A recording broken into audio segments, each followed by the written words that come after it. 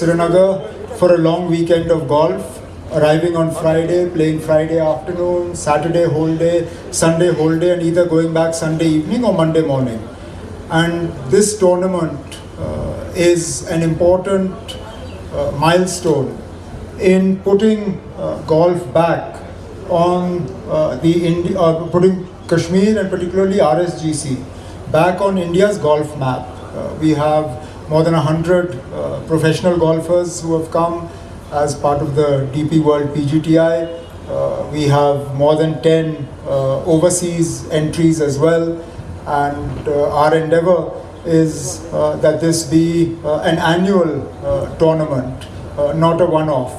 There's been a long gap between the previous such effort and this tournament. So this is the beginning. From here, we hope to scale up both the prize money as well as the participation, and ensure that it is a regular feature of the calendar for at least the next 5 years.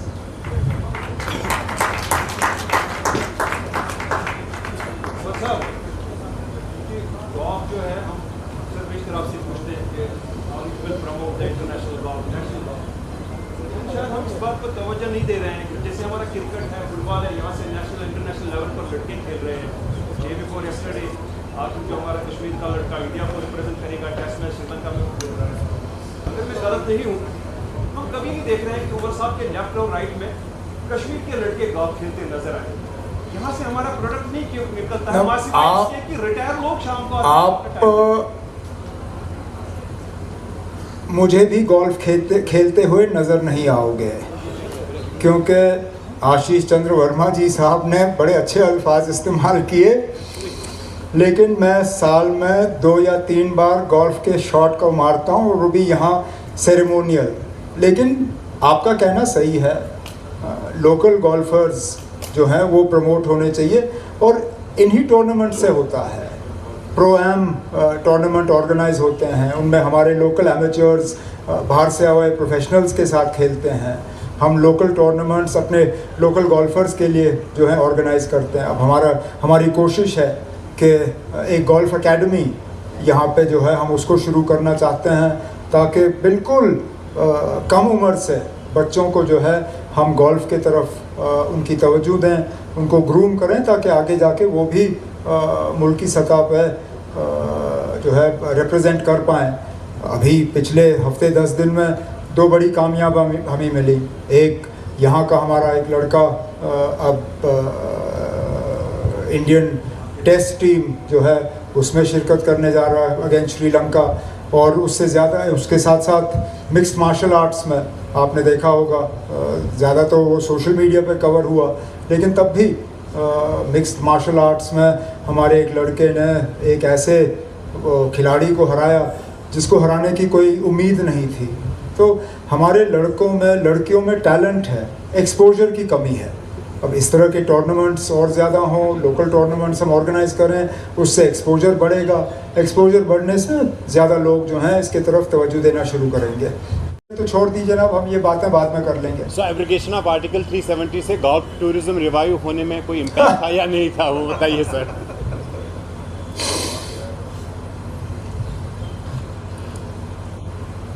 Because narrative जो था कि एब्रिगेशन article 370 से पहले इस तरह की चीज़ें नहीं थी, डेवलपमेंट नहीं थी, बाकी चीज़ें नहीं थी. हमने इस तरह की टूर्नामेंट्स 2014 से पहले भी की और बड़े पैमाने पे की.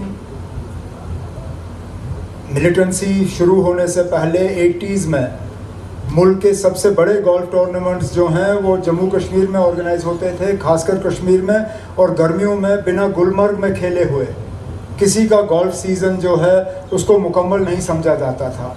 आज भी मैं अमनदीप जोहल साहब से बात कर रहा था, और इनका कहना सही था और है भी कि बाकी मुल्क में लगभग 5 महीने के लिए है गोल्फ खेला ही नहीं जा सकता गर्मी के वजह से. यही एक इलाका है जहाँ गर्मियों में जो है हम कोचिंग कैंप्स, ट्रेनिंग कैंप्स और टूर्नामेंट्स जो हैं ऑर्गेनाइज कर सकते हैं. तो हमारी मुकम्मल कोशिश होगी कि इसको हम बढ़ावा देते रहें. सर ये भी एक चीज़ चल रही है कि जो इस तरह के एसेट्स है, गोल्फ कोर्सेज है, लॉस मेकिंग है, सो गवर्नमेंट के पास क्या प्लान है, ब्लूप्रिंट है कि जो इनकम है इस तरह के एसेट्स से वो बढ़ाई जाए, because they are always referred as white elephants.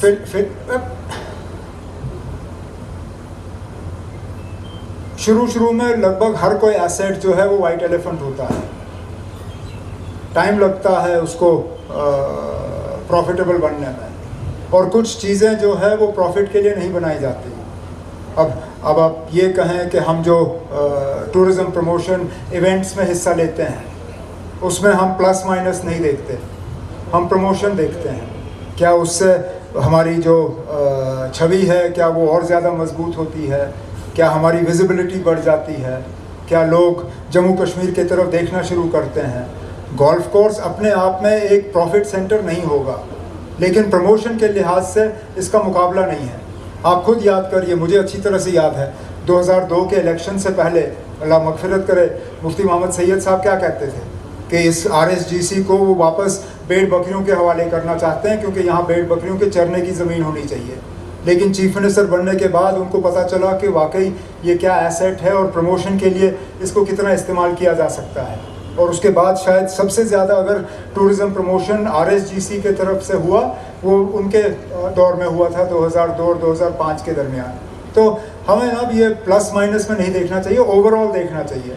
जो लोग यहाँ गोल्फ़ खेलने आते हैं वो सिर्फ यहाँ गोल्फ़ नहीं खेलते, वो फिर शिकारों में जाते हैं, उनका एक आध खाना हाउस बोट में होता है, उनकी फैमिलीज़ आती हैं, वो यहाँ से हैंडीक्राफ्ट्स वगैरह लेके जाते हैं, टैक्सियों का इस्तेमाल होता है। तो आखिरकार फ़ायदा ही होता है, नुकसान नहीं होता। Two things. One, on the cricket front, the success that our cricketers had in the Ranji Trophy, completely unexpected by anybody except perhaps with us who were hopeful that they would get far. I think that has laid the foundation for renewed interest. After that, a number of our players got picked up by various IPL teams with varying degrees of success, but at least they were part of the auction, and there was actually bidding for some of our players. They weren't charity cases. I remember in the past, one or two of our players, when they got picked up by the odd team, वो कहते थे कि सिफारिश के बुनियाद पे हुआ, उनको कभी मैच मिला नहीं. But this was the first time we saw that our players were actively bid for and won over in auctions. So this continued growth of our cricket trajectory, the Dilip Trophy, Aqib Nabi now representing India against Sri Lanka, this is a healthy development, and we hope it continues in the same vein. What is holding us back at the moment is that we don't have any international quality cricket infrastructure in Jammu and Kashmir.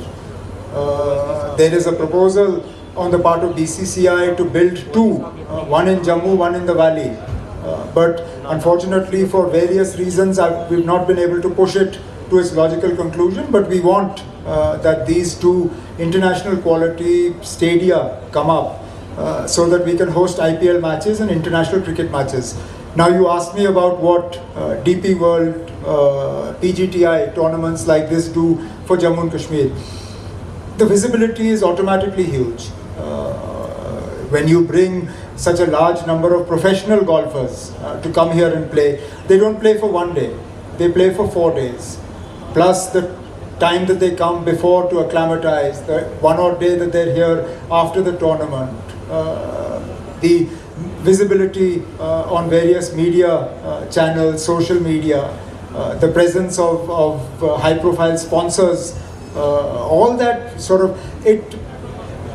people who perhaps had forgotten that Kashmir is also a golf destination, they suddenly remember. अब हमने भी बचपन में golf के बारे में सुना था, या हमने खेला था, या हमारे माँ बाप ने खेला होगा, हम भी जाके दोबारा खेलना शुरू करेंगे. So the process starts again. That's what this is about. That's why I said our endeavor is not for a one-off tournament. Our endeavor is that this should be part of the calendar of golf tournaments in the country, and it becomes sort of an important one.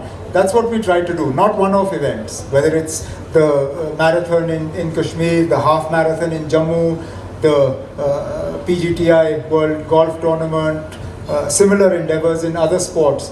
The idea is that you have continuity so that people build it into their calendar.